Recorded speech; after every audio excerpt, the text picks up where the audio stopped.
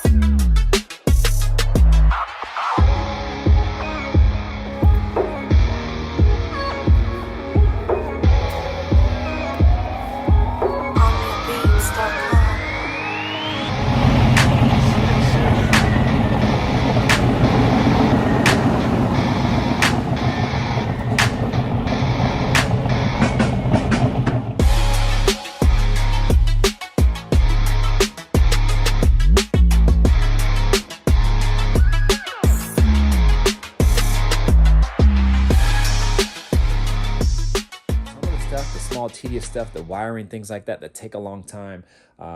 That is what I was trying to get after, so I wasn't halted any further on this build because of that. So I'm actually waiting for a part to come in for my main engine harness, so to speak, from Holly. And so once that comes in, then I'll be able to attack the that portion of the wiring and the ECU, and then get the intake back on and whatnot. If you're new to the channel, definitely think about subscribing, hit that notification bell, you guys, all that good stuff, y'all. My name is Mr. Griffin 23. I am restoring this 1971 Chevelle from the ground up, you guys. It's gonna be a nice build. Let me flip this camera around, show you guys what's up. All right, you guys, so here we go. Obviously it looks like a mess because it is, but at least I know where everything is and where everything goes. So I'll just start here from the front. This is the wiring harness that I got with the car. I actually got about 2 or 3 wiring harnesses with the car. Like I said, this is actually 2 Chevelles put together to make one, and I don't know where he got a 3rd harness from, but he actually had a Chevelle, the guy that I bought it from, so maybe it came out of that car. I don't know. Some of you guys might ask, why didn't I just replace the harness and go with like a painless harness or something like that? Well, early on, my goal was to never go as far with this car as I have. Now, I wanted it to make it nice. I wanted it to be a nice, clean car, but I wasn't going to go like totally customed out like this and totally just clean like this. And as I started to make more money over the years, and I started to look at other things, and I was like, you know what? I'm going to make this Chevelle really, really nice. So that's why I ended up keeping the original harness, because it actually was in really good shape, you guys. The main harness inside here, from the bulkhead to the inside, the dash harness, was actually in really good shape. I mean, the wires looked like they were dang near brand new. Obviously they're not new, but they looked real new. The connections looked really good. There was nothing really frayed or anything like that on the inside of the dash harness. There might have been a couple that I just replaced just because, but I actually took some wires from the other harness and put on this harness, because one harness actually had AC and the other one didn't. This one does not have AC, so I had to take some wires off of one of them, put them on. I actually had to take some wires off of this one, the AC wires, and put the other wires on this one. So basically it was the resistor connection, the wires that actually connect to the resistor and to the control panel. So I had to swap those out, because this harness that was good was actually meant to run AC, and the other one was not. So anyways, but the bulkhead was actually in really good shape. I just cleaned it up and it looked really good. All the fuses work, so none of the fuses are blown. I cleaned all those out as well, and they looked really good. And so I just ran them. The only issues that I had with the that portion of the harness was the wire, the power wire that goes up and out to the alternator. It looked okay, but then it actually ended up probably not being okay, because I was like, you know what, just let me replace it, being that it's been in the engine bay, it's right next to the engine, it's probably just brittle, and sometimes over time inside they can actually corrode. So what I did is I cut it back as far as I could, and I put a new wire on it. I forgot what gauge that is, but it's the same gauge that came off of it, like, you know, 10 gauge or something like that, 12 gauge.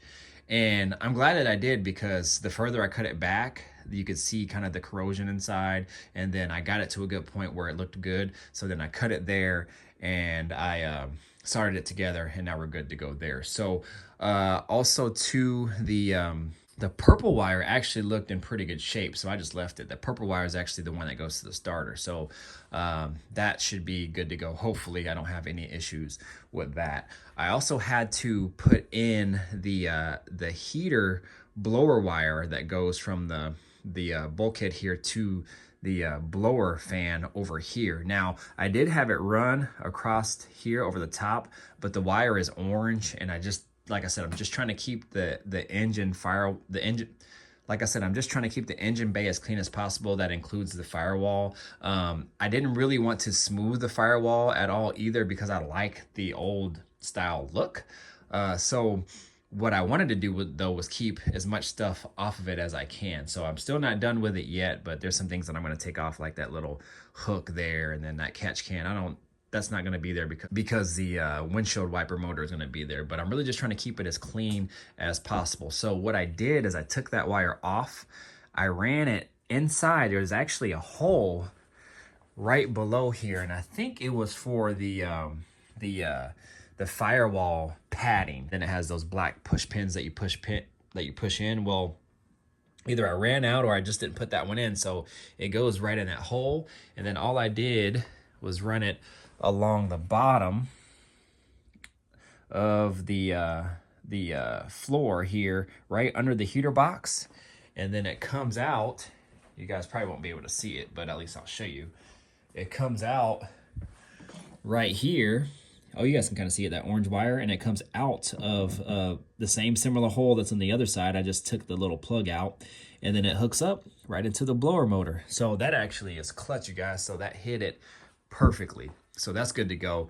And then out of the same hole here, what I did is I fed the fan wires that's gonna plug into my Holley ECU, and then those go to the relays here that I'm actually hooking up right now. So now that I think about it, hopefully that dang harness has the same plug-in that my one that I took out did, because I just went ahead and ran those wires and everything. So hopefully those will work.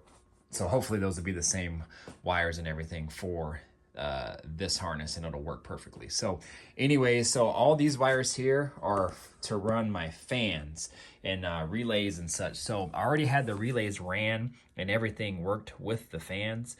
So we should be good to go. All I'm doing is basically cleaning them all up and reworking them. So what I was talking to my buddy Nick about was what amp fuses I should run, and then as far as power wires, what would he suggest? He had mentioned, because I actually was only going to run one 10-gauge power wire to both of the relays and then run it to a battery power source that I actually have right here, you guys. So now a little bit about this. My battery usually went right here, but I hid the battery in the back of the trunk, as some of you guys probably already know from my previous videos. But I wanted a positive junction somewhere in this engine bay, but I didn't want it to stick out like a sore thumb. I didn't want to put it on the firewall or anything. So I was like, well, where could I put one, and what one can I buy that looks halfway decent? So I ended up finding this one on Amazon, and what I liked about it is it has your post here that you hook up the power source to. It's a 3/8 stud, and that way I can hook up a heavy gauge wire to that, so it won't have any problems getting a battery positive feed or power to it at all.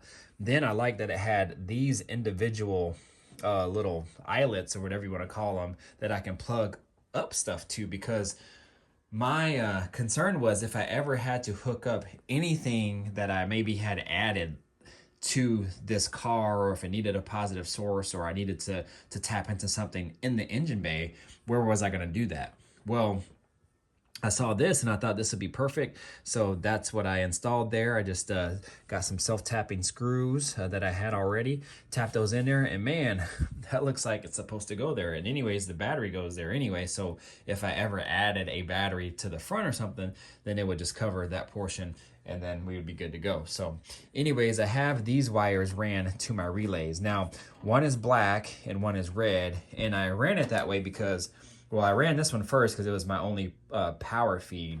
But then what he had suggested was, why don't you run just the two 10-gauge wires to each individual relay, so they have their own power source, versus hooking them both up to one source. So I was like, oh man, you know what? That makes sense, because you can see there I already have it soldered into one source.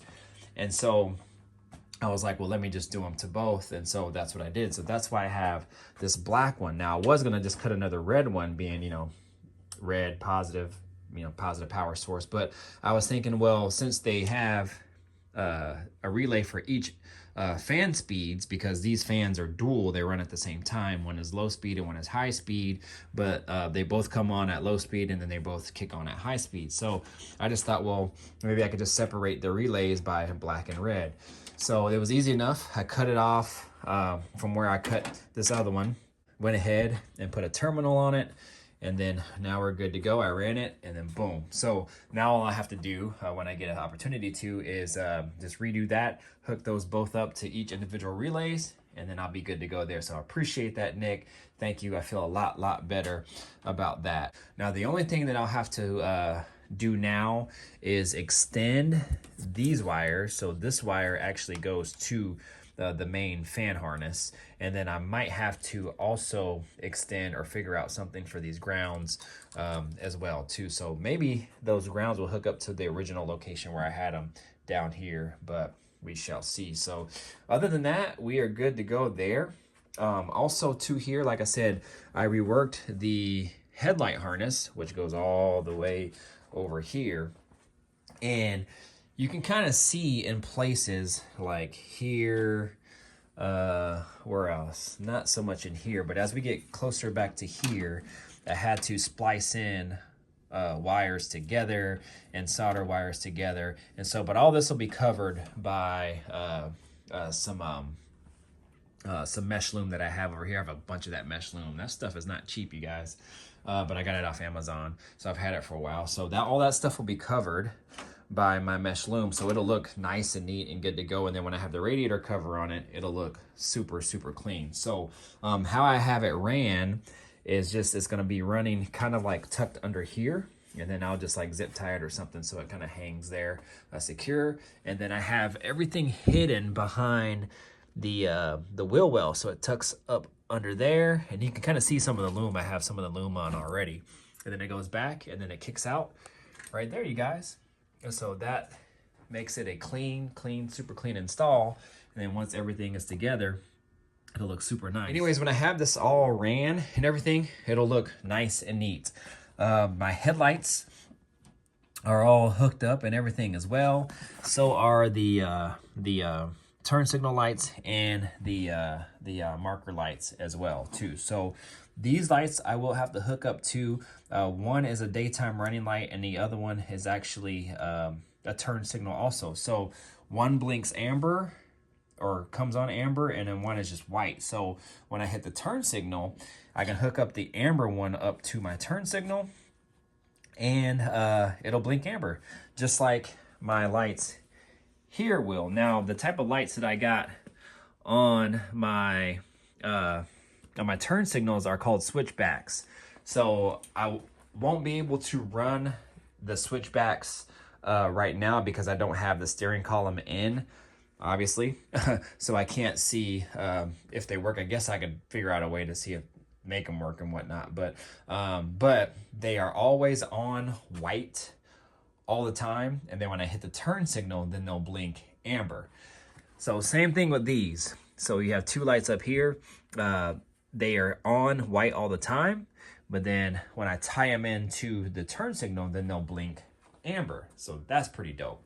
Man, it's coming along though, man. It's coming along. Like I said, this is the long, tedious parts of the build, but when it's all done, at least it's behind you. So anyways, yeah, I took some time, cleaned up this headlight wiring harness, and so now it's all dialed in. Now it's just simply just running wires where they need to go and whatnot, and then after that we should be good to go. And that's what that other wire is hanging off, because that used to go to the voltage regulator, but I deleted all that because these cars came with voltage regulators to help charge the whole system in conjunction with the alternator. But since I don't need that with the swap, then I just deleted all those wires, which are actually sitting somewhere over here, or they might be over there, I don't know. But anyways, I took them out, so I didn't need those, deleted those out. Other than that, you guys, I think that is pretty much it for the wiring. I kind of just wanted to catch you guys up on what I was doing. Also, what I'll have to do is put some inline fuses with the new power wires that I'm gonna do, so it's probably good that I'm taking those off anyway. So I just bought this fuse from O'Reilly's. I probably take it back just because I was just gonna add it in and just hide it. But I might see if I can get some fuse holders that are a little bit nicer, maybe even just totally black, and with the proper gauge wiring, which I think this is 8 gauge wiring, but we'll see. I might go on Amazon to see kind of what I can find tonight. But anyways, you guys, I think that's pretty much it. I don't want to bore you just talking the whole time, but I wanted to catch you guys up to kind of just show you guys where I'm at in the process of working on this car.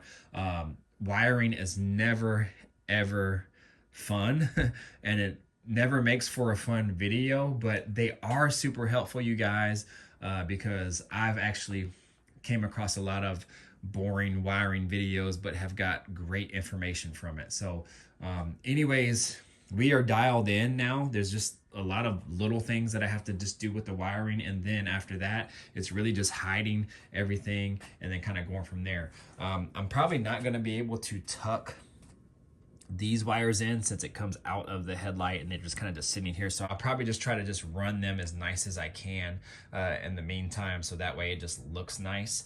But other than that, man, it's gonna look really super clean. I'm really happy with this. I've always had kind of issues with hiding wires, and I felt like with my builds I've gotten better and better over time, and this is probably going to be my cleanest one yet. One thing that I'm really pissed off about is I scratched my core support, man, really bad.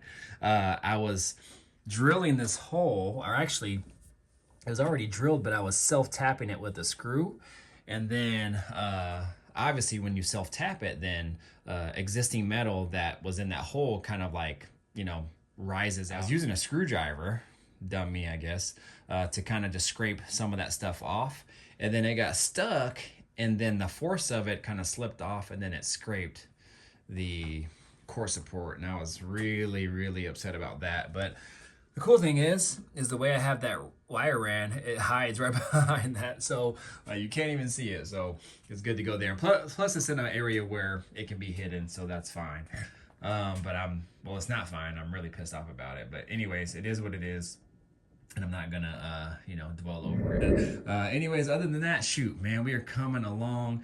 I know it probably doesn't look like it. Every time I look at this car, I'm like, man, there's so much to do. I'm not getting anywhere in this car, but I have to just realize that I am getting somewhere on the car. Every step, every day is another step closer to driving this car and getting it on the road. So I just got to keep a positive mind about that, and just go from there. So anyways, you guys, I'm going to go ahead and call this video. You guys know what to do. Like, comment, subscribe, share, man. Do all that good stuff, y'all. My name is Mr. Griffin 23. I'm out of here. Deuces. Peace out.